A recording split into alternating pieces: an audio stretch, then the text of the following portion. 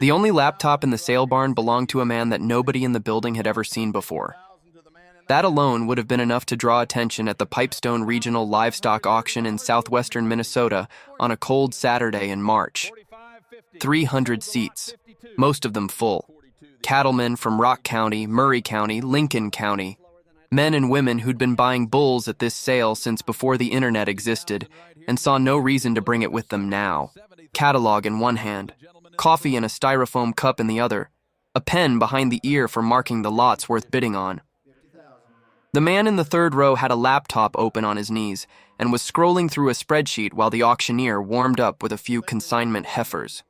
Harlan Wick, sitting directly behind him, leaned over to his neighbor, Virgil Stoltz, and said, "Is he buying cattle or doing his taxes?" Virgil snorted. Probably both. The man's name was Ray Dunlap, 38 years old. He'd grown up in Rochester, which to the cattlemen of Pipestone County might as well have been Minneapolis. A city person, regardless of the fact that Rochester is surrounded by farmland in every direction. Ray's father had been an electrician. His mother worked at the Mayo Clinic in Billing. No cattle, no land, no livestock of any kind unless you counted the golden retriever that his father treated better than most ranchers treat their herd bulls. Ray should not have been at a bull sale. Nothing in his biography pointed toward cattle.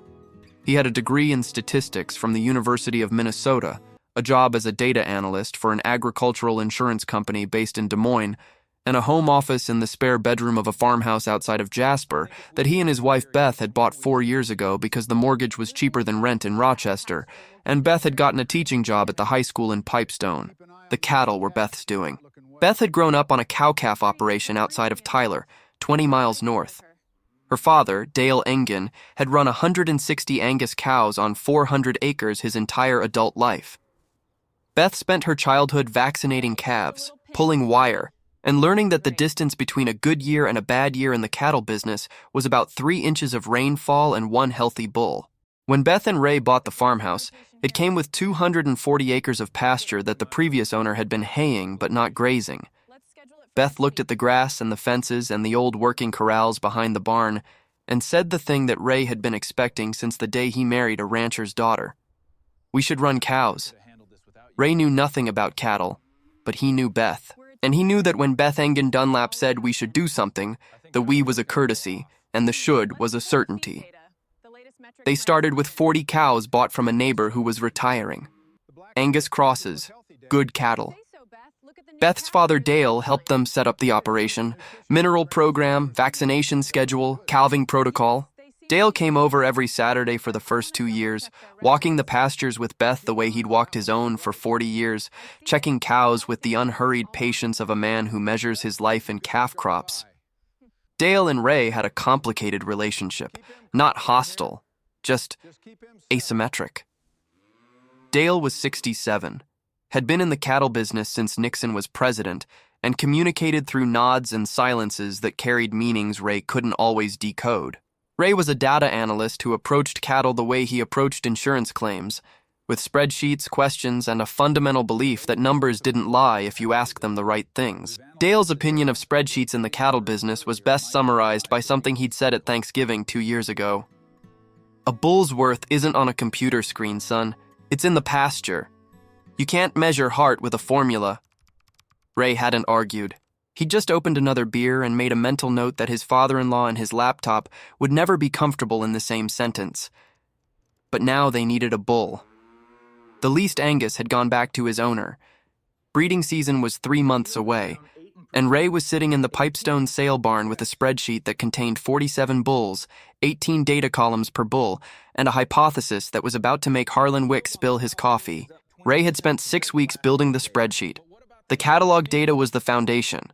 EPDs, birth weights, weaning weights, yearling weights, milk scores, scrotal measurements. Standard. Every buyer in the barn had access to the same numbers, but Ray had added columns that no one else had. He'd called every consigner in the catalog, 31 operations. He'd asked questions that made some of them pause and others hang up.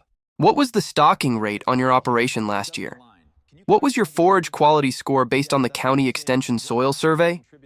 What mineral program were your cows on during gestation? Did you creep feed the calves? What was the average body condition score of your dams at weaning? 22 consigners answered. 9 didn't. The 9 who didn't went gray in Ray's spreadsheet. Insufficient data to evaluate. The 22 who answered painted a picture that the catalog never showed. 7 of the 47 bulls in the sale had been raised on operations that were overstocked by 20% or more. Their cows had been nutritionally stressed during gestation and lactation. Their calves had been weaned onto pastures that couldn't support the growth rates their genetics were capable of. And their EPDs, the numbers that every buyer in the barn would use to make decisions, reflected the environment they'd been raised in, not the genetics they carried. EPDs are predictions based on observed data. If the observed data comes from a nutritionally compromised herd, the prediction is wrong. Not because the math is wrong, because the inputs are wrong. Garbage in, garbage out. The most basic principle of data analysis applied to a field where nobody was applying it. Lot 29 was the clearest example. A 3-year-old Simmental bull, roan-colored, that patchwork of rust and cream that looks like a quilt somebody started and didn't finish. Moderate frame, good feet, clean sheath. Physically, he looked like a bull that belonged in the $3,500 to $5,000 range. His catalog page said otherwise. Weaning weight EPD in the bottom 25%, yearling weight below breed average, 3 calf crops on the consigner's operation, all below expectations. A note at the bottom that the auctioneer would read like a disclaimer on a used car. Consigner reports this bull was removed from the breeding program due to below-average progeny performance. Selling without reserve. Without reserve. The auction equivalent of putting a sign on your car that says, "Please just take it." Ray had been staring at Lot 29 for 3 days. The consigner was an operation in Rock County, 180 cows on 600 acres. Ray had the stocking rate data, 3.3 acres per cow. The recommended rate for this region, based on soil type and precipitation, was 5 to 7 acres per cow. The operation was running 40 to 60% more cattle than the land could properly nourish. The forage quality score from the County Extension Survey was below average. No soil testing on record, no reseeding program. The mineral program was salt and a commercial block, the bare minimum. The cows were running on empty, and their calves were showing it, and the bull was taking the blame. Ray had showed the data to Beth the night before the sale. She'd looked at it the way she looked at her students' lab reports. Not at the conclusion, but at the methodology. You think the environment suppressed the genetic expression? I think his calves were light because their mothers were hungry. Not because his DNA is wrong. Put this bull on cows with proper nutrition, and his calves will be different animals. Beth studied the numbers. Her father's voice was in her head. You can't measure heart with a formula, but she was a biology teacher, and she knew that genotype and phenotype are different things. The same gene in different soil produces different plants. The same bull in different herds produces different calves. It's a hypothesis, she said. Everything at a bull sale is a hypothesis. Mine just has more columns. The auctioneer reached Lot 29 at 2:15 in the afternoon. He read the catalog note. Below average progeny performance. Selling without reserve. The energy in the room dropped the way it does when experienced men collectively decide something isn't worth their money. The bull walked through the ring. Roan. Moderate. Sound. The kind of animal that would have drawn competition in a normal lot. But the note was a tattoo. Once the words below average are attached to a bull's record, no amount of physical appearance can scrub them off. Opening bid, 2,000. The barn was silent. 1,500. Still silent. 1,200. Ray raised his hand. Sold. $1,200. Harlan Wick leaned forward. Son, I've been in this business 41 years. I'd check the return policy on that one. Ray closed his laptop. Didn't respond, but his neck was red. The kind of red that comes from being publicly told you've made a mistake by a man who's been doing this longer than you've been alive. He loaded the bull into a rented trailer, named him Proof, because that's what Ray intended him to be. Beth's father Dale found out about the purchase that evening. He drove over uninvited, which was his way of saying he had an opinion that couldn't wait until Saturday. He stood in the yard looking at Proof in the holding pen. The bull looked back at him with the calm disinterest of an animal that had been evaluated and dismissed enough times to stop caring about new audiences. "You paid $1,200 for a bull that was removed from a breeding program for poor performance," Dale said. Not a question. Ray stood beside his father-in-law. "I did." "Do you know why he was removed?" "I know what the consigner wrote. I also know what the consigner didn't write. The operation was overstocked. The cows were undernourished. The calves were light because the dams were light. The bull's genetics never got a fair test." Dale was quiet for a while.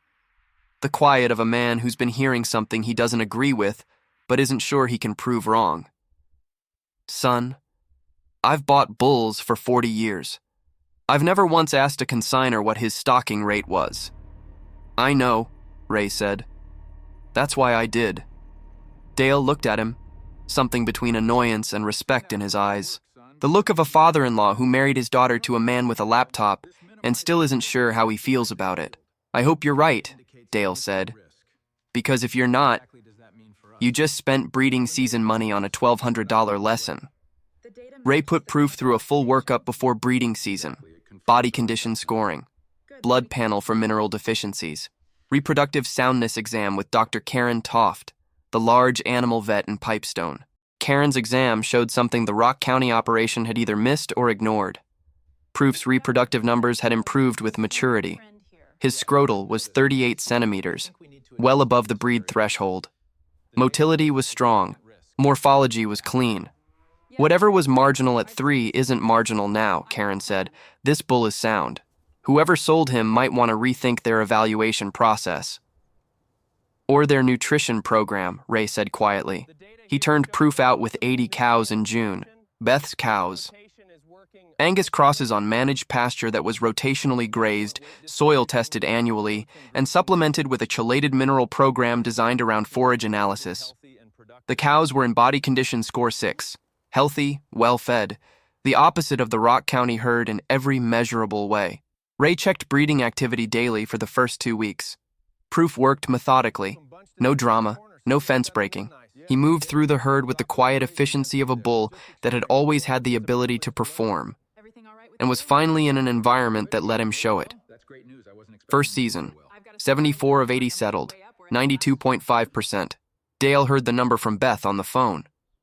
"That's above average," Dale said. His voice carried the specific tone of a man revising a position he'd held publicly. The calves came in March. Ray was there for everyone. He weighed them, recorded the data, built a new spreadsheet. At weaning in October, he had the numbers. Average weaning weight, 641 pounds. The breed average for Simmental cross calves in southern Minnesota was 580 to 610. Proof's calves were 30 to 60 pounds heavier than their contemporaries across the county, on the same grass, in the same climate, in the same year. But the number that made Ray sit at his kitchen table and stare at his laptop for 20 minutes was the comparison. Proof's calves on the Rock County operation, average weaning weight 512. Proof's calves on Ray's operation, average weaning weight 641. Same bull, same genetics, same DNA in every cell. 129 pounds of difference per calf. Not because the bull changed, because the dirt changed, the grass changed, the mineral changed, the management changed. The seed was the same. The soil was different. And the crop proved it. Ray presented the data at the Pipestone County Cattlemen's meeting in December. He wasn't comfortable speaking to crowds. He was an analyst, not a speaker. He put up slides and talked to the screen instead of the audience, which Beth told him later made him look like a nervous professor, which was apparently endearing to a room full of ranchers. He didn't present it as a lecture. He presented it as a question. How many bulls have we culled in this county for poor progeny performance? Without asking whether the cows were properly nourished? The room was quiet. 300 years of combined cattle experience sitting in folding chairs, looking at a slide that showed 2 numbers from the same bull and 129 pounds of difference between them. How many genetics have we thrown away because we tested them in herds that were nutritionally deficient and blamed the sire for the outcome? Harlan Wick was in the back row. Same seat he always sat in at cattlemen's meetings. Same coffee, same expression that usually said, "I've heard this before and I wasn't impressed then either." But tonight the expression was different. Harlan was looking at the slide the way a mechanic looks at an engine he's been misdiagnosing for years. The look of a man who's suddenly not sure the problem was what he thought it was. After the meeting, Harlan found Ray in the parking lot. The temperature was 9 degrees. Their breath made clouds between them. "I've culled bulls for low weaning weights 3 times in the last 10 years, Harlan said. His voice was quieter than Ray had ever heard it. Didn't soil test, didn't check forage quality, didn't question my mineral program, just looked at the calf weights and wrote the bull off. Ray didn't say I told you so, didn't reference the return policy comment from the auction. Just stood in the cold and listened." Harlan looked at his boots. There was a bull 4 years ago, Charolais, good-looking animal. His calves came in light 2 seasons running. I sent him to the sale barn. Got $900 for him. Barely covered the trucking. He paused. My pastures were in bad shape that year. Drought in the summer, no rain from June to September. I was feeding hay in August, which I've never done before. The cows were thin going into fall, and I blamed the bull because the calves were thin coming off the cows. He looked at Ray. What if that bull was fine? What if I threw away good genetics because my grass was bad and I didn't want to admit it? Ray took a while to answer. The honest answer, not the comfortable one. You'll never know. That's the hard part. Once the bull's gone, the data goes with him. All you can do is change how you evaluate the next one. Harlan nodded. The nod of a 63-year-old man accepting something from a 38-year-old man with a laptop. Not easily. Not happily. But with the kind of grudging respect that is the highest compliment cattlemen in southwestern Minnesota ever pay. "I owe you an apology for the return policy comment," Harlan said. Ray shook his head. "You owe me a cup of coffee sometime." The apology was in your face when you looked at that slide. Harlan almost smiled. First time Ray had seen anything close to a smile from the man. That spring, 2 things happened that Ray didn't expect. First, Harlan Wick showed up at the Pipestone sale with a laptop, an old one. His grandson had set it up with a spreadsheet template that Ray had emailed him. Harlan sat in his usual seat in the back row, squinting at the screen, typing with 2 fingers, and occasionally asking the man next to him how to scroll down. It wasn't smooth, it wasn't fast. But it was a 63-year-old cattleman with 41 years of experience looking at data in a way he'd never looked at it before. Second, Dale Engen drove to the farm on a Saturday morning. Not his usual day. He walked to the pasture where Proof was grazing with the cows, stood at the fence for a long time, then walked to the house and found Ray in the kitchen. "I called the extension office in Pipestone," Dale said. "Asked them to soil test my pastures, all 400 acres, first time in 40 years. Ray looked at his father-in-law, the man who'd said you can't measure heart with a formula, the man who'd been running cattle since Nixon, standing in Ray's kitchen with a soil test receipt in his hand and an expression that carried 40 years of certainty rearranging itself into something that looked a lot like curiosity. "Beth," he said, "come here. Your father has something to tell you." Beth walked in, looked at her father, looked at the receipt. Her eyes went wide. Dale shrugged, stiff. The shrug of a man who doesn't change easily but changes completely when he decides to. "Your husband asked questions I should have been asking for 40 years. I'm not too old to learn, I'm just late." Beth hugged her father. Dale stood still for a moment. Then his hand came up and rested on her back, the way fathers' hands do when they're saying something that words would only complicate. Proof is 7 now. His calves have topped the Pipestone sale 3 years running. Feedlot buyers from as far as Sioux Falls request his progeny specifically because the Simmental cross on Angus cows produces calves that grade choice at a rate 15% above the county average. Ray leased semen rights to 4 neighboring operations last year. All 4 reported conception rates above 88%. All 4 reported calf weights above their previous sire groups. The $1,200 bull is generating more revenue and semen fees than bulls that sold for $10,000 at the same auction where nobody bid on him. Harlan Wick bought 2 bulls at the Pipestone sale last March. Both times he consulted his spreadsheet before bidding. Both times he called the consigner and asked about stocking rate and mineral programs before the sale. He told Ray about it at the cattlemen's meeting. Bought a bull that the catalog said was average. Put him on my cows. His calves are 15 pounds above what the EPDs predicted, because the EPDs were calculated on an operation that was running on fumes. My cows are running on fuel. Ray still brings his laptop to the Pipestone sale every March. The men in the barn don't call him the laptop guy anymore. Some of them bring their own now, not many. But enough that the auctioneer joked last year. Pretty soon I'm going to need to install Wi-Fi in this barn. Dale comes to the farm every Saturday, same as always. But now he walks the pasture with Ray instead of Beth. They check cows together, look at calves together, talk about forage quality and soil health and mineral programs. Conversations that would have been impossible 2 years ago because the vocabulary didn't exist between them.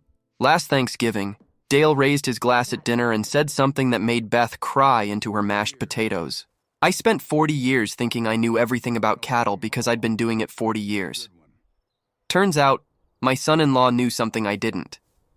Not because he's smarter, because he asked a question I never thought to ask. And that question was worth more than 40 years of experience that never questioned itself. He looked at Ray. You were right about the bull.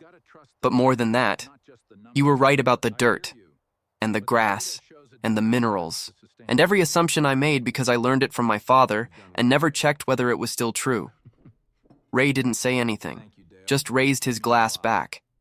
The way men acknowledge each other across a table when the words have already done their work. Proof stands in the pasture most afternoons. Roan-colored, moderate frame, the kind of bull you'd drive past without slowing down if you were judging by appearance. He doesn't look like the most productive sire in Pipestone County. He looks like a bull that somebody sold without reserve because his numbers were bad on a piece of paper that didn't ask the right questions. But every October, when his calves walk through the sale ring and the bids climb higher than the catalog predicted, 300 people in that barn know something that $1,200 and a laptop taught a man who wasn't supposed to be in the cattle business. The bull was never wrong. He was just tested in the wrong place, by people who measured the answer before they understood the question. And the man who bought him wasn't smarter than the men who didn't. He just brought a different tool to the same table, and had the nerve to open it when everybody was watching.